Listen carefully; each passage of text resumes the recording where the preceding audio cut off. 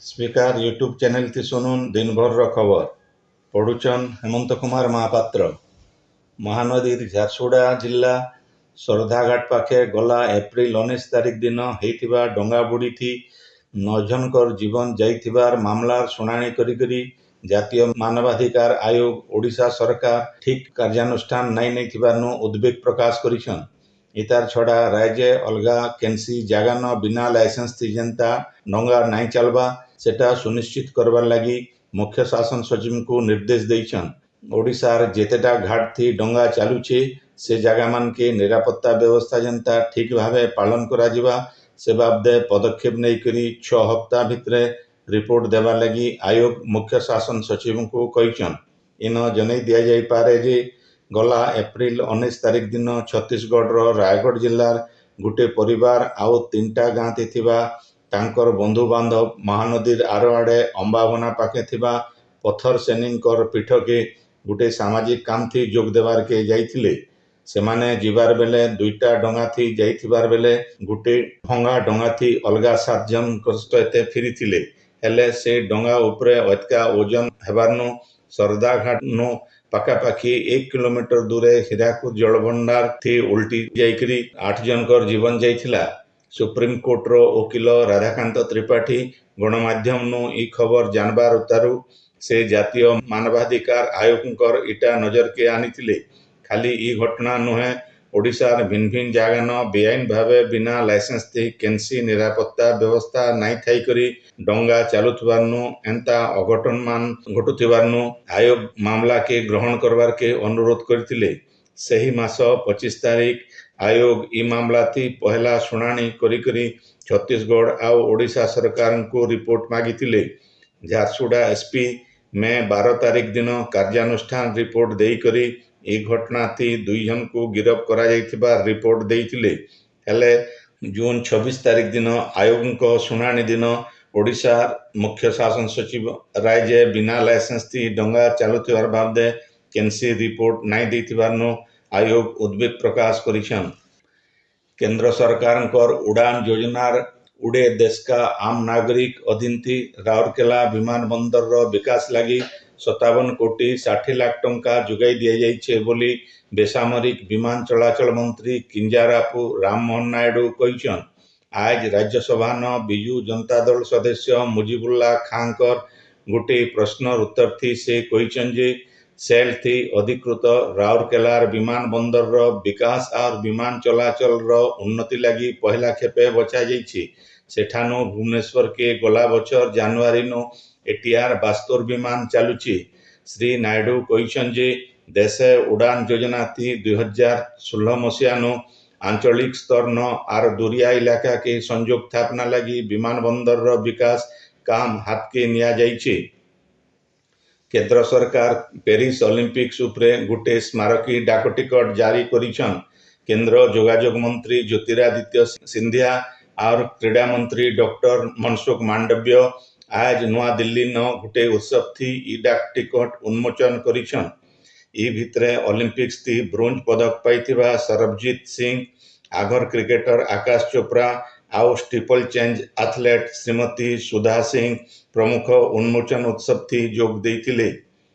राज्य कालिया योजना थी मोट 45,67,524 जन छोट आउ नाममात्र चाषींकर सहित 19,12,122 भूमिहीन चाषी परिवार के शामिल करा जाइछि बोली उपमुख्यमंत्री कनक वर्धन सिंहदेव कहिछन।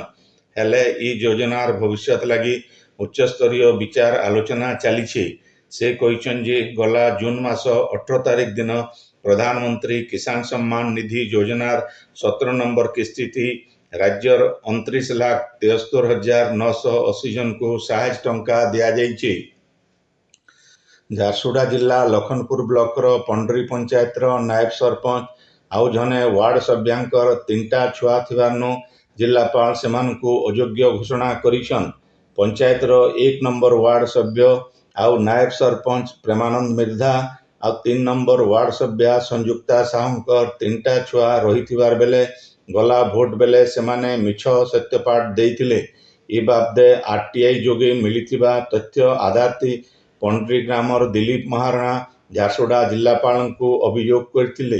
दिलीपଙ୍କର ଅଭିଯୋଗର ଜିଲ୍ଲାପାଳ ଜିଲ୍ଲା ପଞ୍ଚାୟତ ଅଧିକାରୀଙ୍କୁ ଇତାର ତଦନ୍ତ ଲାଗି ନିର୍ଦ୍ଦେଶ ଦେଇକରି ଶୁଣାଣି କରିଥିଲେ। ପଞ୍ଚାୟତ ଅଧିକାରୀଙ୍କର ରିପୋର୍ଟ ଆଧାରରେ ଜିଲ୍ଲାପାଳ ସେମାନଙ୍କୁ ଅଯୋଗ୍ୟ ଘୋଷଣା କରିଛନ୍ତି। ନୂଆଦିଲ୍ଲୀର ଜୋହାର ପରିବାର ତାର ପ୍ରତିଷ୍ଠା ଦିବସ ପାଳନ କରିଛି।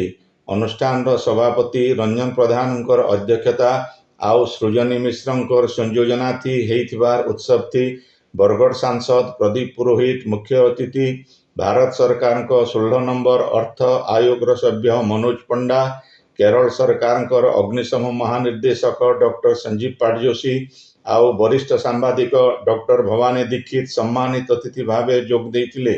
ସମ୍ପାଦକ ମାନସ ରଞ୍ଜନ ମିଶ୍ର ଧନ୍ୟବାଦ ଦେଇଥିଲେ। ସେଦିନ ସକାଳୁ ତ୍ୟାଗରାଜ ପାର୍କଟି ଅନୁଷ୍ଠାନ ତରଫରୁ 150ଟା ଗଛ ଯୋଗାଯାଇଥିଲା। ବୁର୍ଲା ହାଇସ୍କୁଲ ପ୍ରତିଷ୍ଠା ହେବାର 75 ବছର ପୁରା ହେଇଥିବାରୁ ପ୍ଲାଟିନମ ଜୁବୁଲି ପାଳନ କରବାରକେ ଥିର ହେଇଛି। ସ୍କୁଲର ପୁରାତନ ଛାତ୍ର ସଂସଦର ସଭାପତି ନିରଞ୍ଜନ ପଟ୍ଟନାୟକଙ୍କର ଅଧ୍ୟକ୍ଷତାଥି ହେଇଥିବା ବୈଠକଟି ଇ ନିଷ୍ପତ୍ତି ନିଆଯାଇଛି। ଏଥିର୍ଲାଗି ରାଜକିଶୋର ଜାଜୋଡ଼ିଆଙ୍କର ଅଧ୍ୟକ୍ଷତାଥି ଗୋଟିଏ ଅସ୍ଥାୟୀ ସାମୟିକ କାର୍ଯ୍ୟକାରୀ କମିଟି ଗଢ଼ାଯାଇଛି।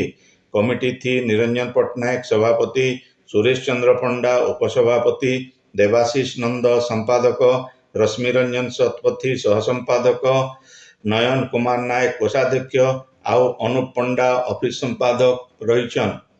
ଆପଣମାନେ ଖବର ଶୁଣୁଛନ୍ ସ୍ପିକାର ୟୁଟ୍ୟୁବ ଚ୍ୟାନେଲ थी। ଶ୍ରାବଣ ମାସର 3 ନମ୍ବର ସୋମବାର ଉଦୟ ଆଜ ଭିନ୍ନ ଭିନ୍ନ ଶୈବପୀଠନ କାଉଡ଼ିଆମାନଙ୍କର ଭିଡ଼ ଦେଖବାରକେ ମିଳିଥିଲା। ଶ୍ରାବଣ ସୋମବାର ଅବସରରେ ପ୍ରଭୁ ଲିଙ୍ଗରାଜ, ବାବା ଧବଳେଶ୍ୱର, ବାବା ଆଖଣ୍ଡଳମଣି, ଲୋକନାଥଙ୍କର ପୀଠ, ପଞ୍ଚମହାଲିଙ୍ଗେଶ୍ୱର ଶୈବପୀଠନ ପାଣି ଢାଲବାର ଲାଗି କାଉଡ଼ିଆମାନଙ୍କର ଜବର ଭିଡ଼ ହେବାର ଦେଖାଦେଇଥିଲା।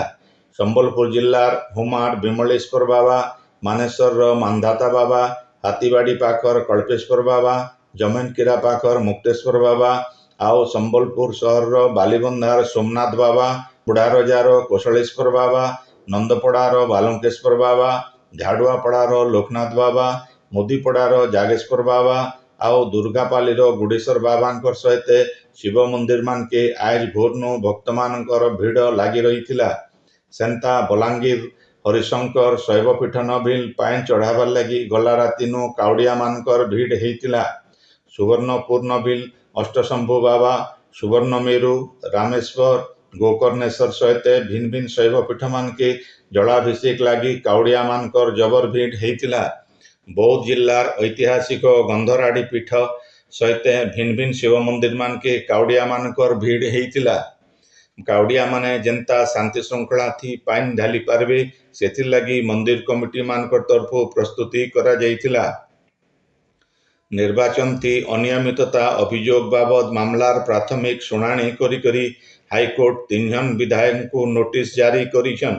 ଝାରସୁଗୁଡ଼ା ବିଧାନସଭା ନିର୍ବାଚନଥି ମିଛ ସତ୍ୟପାଠ ଦାଖଲ ଅଭିଯୋଗ ନେଇକରି ହାରି ଯାଇଥିବା ବିଜେଡି ପ୍ରାର୍ଥୀ ଦୀପାଳି ଦାସଙ୍କ ତରଫରୁ ଆଗତ ଆବେଦନ ଉପରେ ହାଇକୋର୍ଟ ବିଧାୟକ ଟଙ୍କଧର ତ୍ରିପାଠୀଙ୍କୁ ଜବାବ ଦାଖଲ କରବାରକେ ନିର୍ଦ୍ଦେଶ ଦେଇଛନ୍। ସେନ୍ତା ଚାନ୍ଦବାଲି ବିଧାୟକ ବ୍ୟୋମକେଶ ରାୟ ଆଉ ଜଳେଶ୍ୱର ବିଧାୟକ ଅଶ୍ୱିନୀ କୁମାର ପାତ୍ରଙ୍କୁ ବିଲ୍ ଜବାବ ଦାଖଲ କରବାରକେ କୁହାଯାଇଛି। ଆଇବା ମାସ 23 ତାରିଖ ଦିନ ଇତାର ଫେର ଶୁଣାଣି ହେବା।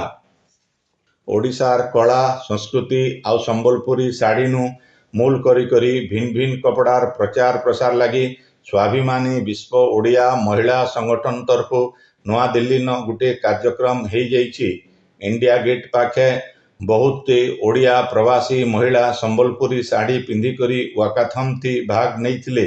ପାଖାପାଖି 2 କିଲୋମିଟର ଧରିକରି ୱାକାଥନ ହେଇଥିଲା।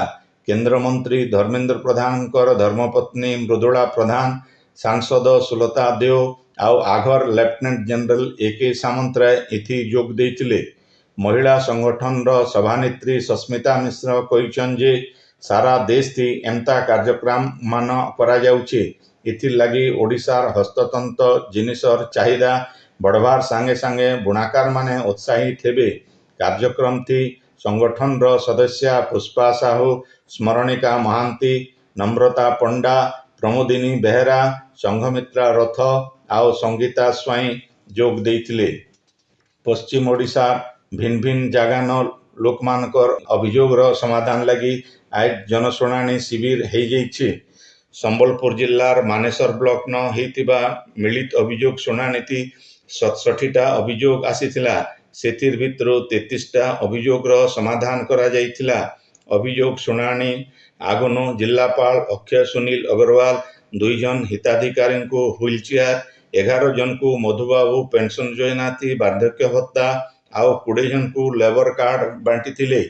ଝାରସୁଗୁଡ଼ାନ ଜିଲ୍ଲାପାଳ ଅବୋଲି ସୁନୀଲ ନରୱାନେଙ୍କର ଅଧ୍ୟକ୍ଷତାରେ ହେଇଥିବା ଶିବିରଟି 71ଟା ଅଭିଯୋଗର ଶୁଣାଣି କରାଯାଇଥିଲା। ସେନ୍ତା ଦେବଗଡ଼ ଜିଲ୍ଲାପାଳଙ୍କର ସମ୍ମିଳନୀ କକ୍ଷରେ ହେଇଯାଇଥିବା ଶିବିରଟି 19ଟା ଅଭିଯୋଗର ଶୁଣାଣି ହେଇଥିଲା। ଅତିରିକ୍ତ ଜିଲ୍ଲାପାଳ ଅଭିଯୋଗର ଶୁଣାଣି କରି ବିଭାଗୀୟ ଅଧିକାରୀମାନଙ୍କୁ ସାଙ୍ଗେ ସାଙ୍ଗେ ପଦକ୍ଷେପ ନେବାରକେ ନିର୍ଦ୍ଦେଶ ଦେଇଥିଲେ। ସୁବର୍ଣ୍ଣପୁର ଜିଲ୍ଲାନ ବ୍ଲକ ସ୍ତରୀୟ ମିଳିତ ଅଭିଯୋଗ ଶୁଣାଣି ହେଇଯାଇଛି। ଏଥି 50ଟା ଅଭିଯୋଗ ଶୁଣାଣି ଲାଗି ପଞ୍ଜୀକୃତ ହେଇଥିଲା। ଭବାନୀପାଟଣାନ ଜିଲ୍ଲାପାଳଙ୍କ ସମ୍ମିଳନୀ କକ୍ଷରେ ହେଇଯାଇଥିବା ଜନଶୁଣାଣି ଶିବିରଟି 224ଟା ଅଭିଯୋଗ ପଞ୍ଜୀକୃତ ହେଇଥିବାର ବେଲେ 13ଟା ଅଭିଯୋଗର ତତ୍କାଳ ସମାଧାନ କରାଯାଇଛି। ଶିବିରଟି ମୁଖ୍ୟମନ୍ତ୍ରୀଙ୍କ ରିଲିଫ ପାଣ୍ଠିନୁ 13 ଜଣଙ୍କୁ ଆଉ ରେଡକ୍ରସ ପାଣ୍ଠିନୁ 2 ଜଣଙ୍କୁ ସହାୟତା ଦିଆଯାଇଛି। ନୂଆପଡ଼ା ଜିଲ୍ଲା ସିନାପାଲିର ଗଙ୍ଗାଧର ସାରସ୍ୱତ ସମିତି ତରଫୁ ଗଣ୍ଡା ବାହାଲି ଗାଁନ ଇ ବଛରର ବର୍ଷା ସାହିତ୍ୟ ଆସର ଶ୍ରାବଣୀ ହେଇଯାଇଛି।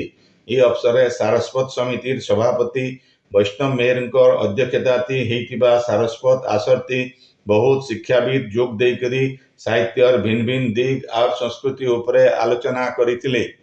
ଝାରଖଣ୍ଡ ଆଉ ଉତ୍ତର ଓଡ଼ିଶା ଉପରେ ଆଇବା କାଲ ଗୋଟିଏ ଘୂର୍ଣ୍ଣିବଳୟ ସୃଷ୍ଟି ହେବାର ସମ୍ଭାବନା ରହିଛି ବୋଲି ଆଞ୍ଚଳିକ ପାଣିପାଗ ବିଜ୍ଞାନ କେନ୍ଦ୍ର ତରଫୁ ଅନୁମାନ କରାଯାଇଛି। ଇତାର ପ୍ରଭାବତି ଆଇବା କାଲ ସକାଳ ବେଲାନୁ ବର୍ଷା ବଢ଼ବା। ଆଇବା ବୁଧବାର ଦିନ ସମ୍ବଲପୁର, ଦେବଗଡ଼ ସହିତ ଉତ୍ତର ଆଉ ପଶ୍ଚିମ ଓଡ଼ିଶାର କେତେଟା ଜିଲ୍ଲାଥି ଜବର ବର୍ଷା ହେଇପାରେ। ଗୁରୁବାର ଦିନ ପଶ୍ଚିମ ଆଉ ରାଜ୍ୟର ଭିତରିଆ ଇଲାକାନ ଭିଲ ବର୍ଷା ହେବା ବୋଲି ପାଣିପାଗ ବିଭାଗ ତରଫୁ ଅନୁମାନ କରାଯାଇଛି। ସିଆଡ଼େ ହୀରାକୁଦ ଡ୍ୟାମ କଣ୍ଟ୍ରୋଲ ରୁମନୁ ମିଳିଥିବାର ଖବର ଅନୁସାରେ ଆଜ ସଞ୍ଜବେଲା 6 ବଜେ ତକ ହୀରାକୁଦ ଜଳଭଣ୍ଡାରର ଜଳସ୍ତର 609.95 ଫୁଟ ଅଛି। ଜଳଭଣ୍ଡାର କେହି ଫି ସେକେଣ୍ଡ 2,67,331 ଘନଫୁଟ ପାଣି ଆସୁଥିବାର ବେଲେ 14ଟା ଗେଟ୍, ପାୱାର ଚ୍ୟାନେଲ ଆର କେନାଲ ଦେଇକରି ଫି ସେକେଣ୍ଡ ମୋଟ 2,46,918 ଘନଫୁଟ ପାଣି ଛଡ଼ା ଯାଉଛି। ଆଜିର ଖବର ଇନ ଶେଷ ହେଲା।